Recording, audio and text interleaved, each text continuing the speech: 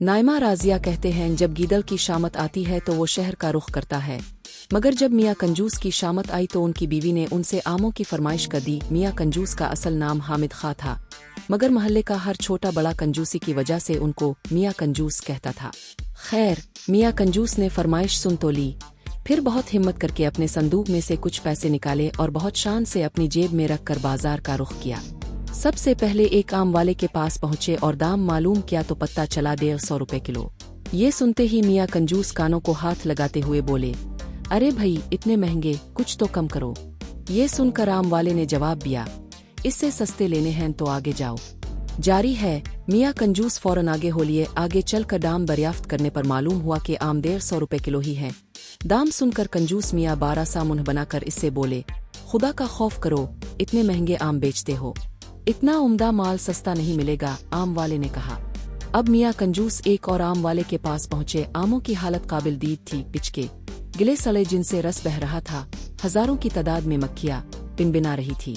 मियाँ कंजूस ने पूछा, भाई आम क्या किलो दिए हैं? आम वाले ने जवाब दिया, सबसे सस्ता लगाया है, सिर्फ इसी रुपए किलो। मियाँ कंजूस गुस्से से झंझलाए और बोले, इतने खराब आम इसी रुपए किलो? आम वाले ने कहा, बाबूजी, इससे सस्ता आम कहीं नहीं मिलेगा। हाँ, आपको मुफ्त चाहिए तो वो सामने कुनवे पर आम का दरख्त लगा है, वहाँ से तोड़ लो।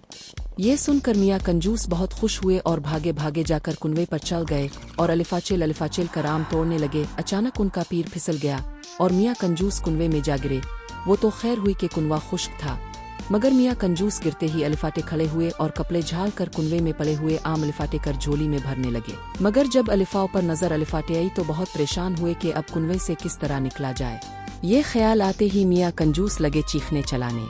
इसी वक्त अलिफादेर से एक घोड़ा गाड़ी वाला गुजरा। इसने जब ये आवाजें सानी और मियाँ कंजूस को कुनवे में देखा तो इसे रहम आ गया और इसने अपनी घोड़ा गाड़ी का रस्सा निकाला और कुनवे के अंदर लटका कर अलिफाओं पर से रस्सा मजबूती से पकड़ लिया और कहा कि रस्सा पकड़ कर आ जाए। मियाँ कंजूस ने ऐसा ही किया, मगर अभी जरा सा ही चले थे कि घोड़ा गाड़ी वाला उनका वजन न सह सका और धड़ाम से कुनवे में आन गिरा और मियाँ कंजूस दोबारा कुनवे में परेशान होकर चलाने लगे।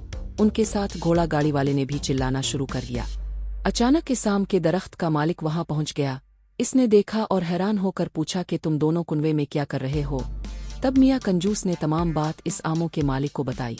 मालिक ने कहा, अगर आप मुझे 200 रुपए दे तो मैं आपको निकाल दूंगा। ये सुनकर मियाँ कंजूस ने चारों चार वदा कर लिया और जब दोनों को मालिक ने बाहर निकाल दिया तो मियाँ कंजूस ने मजबूरना 200 के नोट मालिक को दिए और खाली हाथ घर आ गए।